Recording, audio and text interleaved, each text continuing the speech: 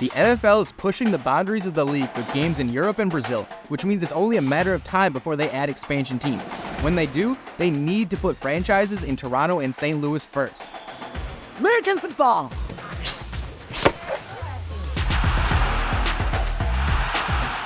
You asked for it and we delivered. It's Fan Friday, and you, the fans, chose today's topic for Point of View. Don't forget to leave a comment down below. Let me know which cities you think deserve an NFL expansion team. I think the NFL would want to keep the conferences even, and adding 2 cities at once is the most likely outcome. Toronto and St. Louis, to me, are 2 of the most obvious choices. We've seen them support professional sports franchises for decades, and they're considered 2 of the best sports cities in North America. But what makes them the top choices for expansion? Let's dive in, starting with Toronto. First, about 19 million Canadians tuned into this year's Super Bowl, which made it the most watched broadcast of the year in the country. And the Canadian Football League has been flourishing for well over a century. The city of Toronto has a population of over 6 million people, and it's home to the oldest professional sports franchise in North America that's still using its original name with the Argonauts of the CFL. The Argonauts' attendance went up 20% from 2022 to 2023, while the Raptors and Maple Leafs regularly sell out their stadiums even when the team isn't in championship contention. And when they are at the top of the league, man, do the fans show out. Just look back at the Toronto Raptors 2019 championship parade.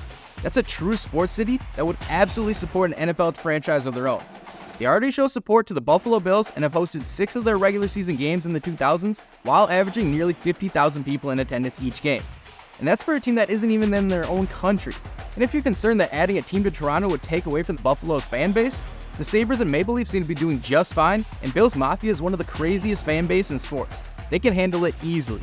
And discussions to expand the NFL into Toronto aren't new, but Commissioner Roger Goodell always has the same answer when asked about it.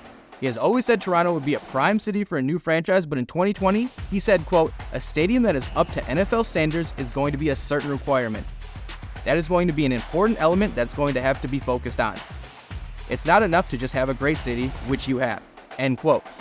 I despise Goodell as much as the next guy, but he's right about this. The Rogers Center underwent a $300 million renovation and is solely for baseball, while BMO Field has a 31,000-seat capacity, which is well below the NFL's average stadium. But the NFL isn't going anywhere anytime soon, so building a state-of-the-art NFL stadium seems like a good investment that the residents of Toronto will pay off quickly. And to keep the number of teams in the NFL even, give St. Louis an NFL franchise again. Before we get into that, here are the results of this week's poll question. Thanks to everybody who participated, and look out for another question next week. Now back to St. Louis. It doesn't seem all that long ago that the Rams moved from Mound City to Los Angeles, and I know that the wound hasn't fully healed for the area's residents yet. But still, they support the only football they've got. The St. Louis Battlehawks are one of the 8 teams in the United Football League and have been by far the best attendance of any team. In their 5 home games in 2024, the Battlehawks exceeded 30,000 fans in every game, and that includes cities like San Antonio and Memphis, who both have a much higher population than St. Louis. Just listen to the crowd from the Battlehawks game last weekend. They already sound louder than some NFL stadiums.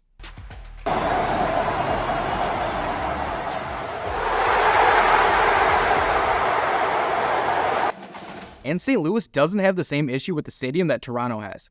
The Dome remains without a permanent tenant other than a Monster Jam and a concert here and there, and can still pack in nearly 70,000 people. It just might need some renovation.